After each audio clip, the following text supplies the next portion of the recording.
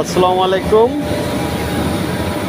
এটা এসিটা যেটা সার্ভিসিং করা হয়েছে এবং যেটা করা হয়েছে এটা হলো ফ্লোরিস্টান এসি, প্যানাসনিক কোম্পানি। এবং এটার সমস্যা আসতেছিল ইউরো 7 আসার কারণ কয়েকবার এটা যেটা সমস্যা, এই সাইড বা ব্যাক সাইডটা ইভারেটর খুব সুন্দর দেখা যাচ্ছিল, কিন্তু প্রচুর পরিমাণে ডাস্ট আসতেছিল, কিন্তু ভিতরে প্রচুর পরিমাণে ডাস্ট ছিল, যেটা সচরাচর আসলে দেখা যায় না। সেজন্য এটা ইউরো 7, যেটা আমার কোড নাম্বারটা দেখাচ্ছিল, ইভারেটর ইনডোর ফ্যান প্রবলেম, এবং ইনডোর ফ্যান প্রবলেমে দেখাচ্ছিল, কিন্তু আমার মোটর চলে কিন্তু আমি ইনডোর চালাতে পারতেছিলাম। এবং সেজন্য আমি চায়না সার্কিটও ইউজ করছি, সেভাবে চালাইছি।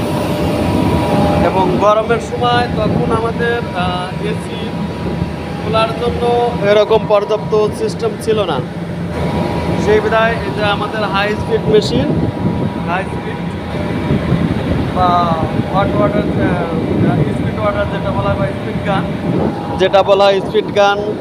এই যে গান দেখতেছেন কত বড়, আসলে আমাদের গানটা বিশাল অনেক বড়, এটা স্পিড গান।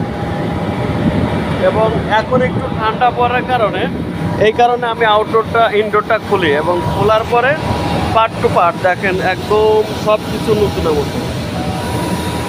এবং দেখি প্রচুর পরিমাণে ডাস্ট, এই যে কিছু ডাস্টের নমুনা দেখায়, আমি যেখানে কাজ করছি এটা আরও ছিল, এগুলো ওয়াশ করে ধুয়ে দেওয়া হয়েছে। মানে প্রচুর পরিমাণে ডাস্ট, আসলে গার্মেন্টসে এই ডাস্টগুলো, ময়লাগুলো অনেক বেশি থাকার কারণে ভিতরে ঢুকে পড়ে, এবং এটা ডাবল লেয়ার সিস্টেম বোঝা যায় না। কিন্তু আমি বোঝার পর দেখতেছি যে এত পরিমাণে ডাস্ট অনেক কষ্টে বের করছি, এবং যেটা এখন এই পার্ট দিয়ে ওই পার্ট দেখা যাচ্ছে, কন্ডেন্সারটা ইভারেটর দেখালে ওই পাশে মুখ দেখা যাচ্ছে। তো যেটা ইনশাল্লাহ আশা করি যে আমার এটা এখন ওকে সমস্যা হবে না। দেখছেন আসলে এটা অনেক আগের যে ছিল, ওনারা খুলে কাজ না করার কারণে এখন দেখেন এই পার থেকে ওই পারে দেখা যাচ্ছে। আসলে ক্যামেরাতে দেখেন, এই যে দেখছেন ওই পারে ওয়াল দেখা যাচ্ছে, এইভাবে কাজ করার জন্য ওই পারে ওয়াল দেখা যাচ্ছে।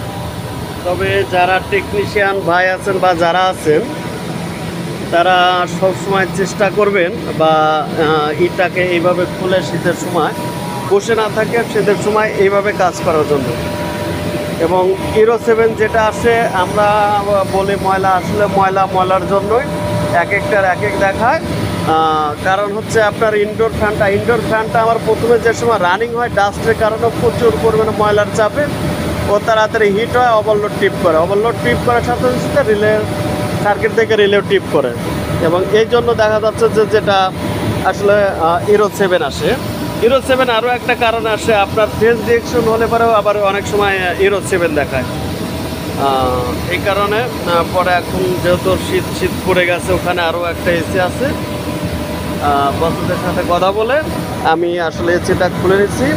আর কিছুক্ষণ পরে হয়তো বা ফিটিং করব, পার্ট সব সুন্দর করে পরিষ্কার করে রেখে দিয়েছি। তা আপনারা মনে হয় যারা এরকম ফ্লোরিস্টান বা আছে, এই এসিগুলো এরকমভাবে কাজ করলে আমার মনে হয় সাকসেসতা পাবেন। সবাইকে ধন্যবাদ।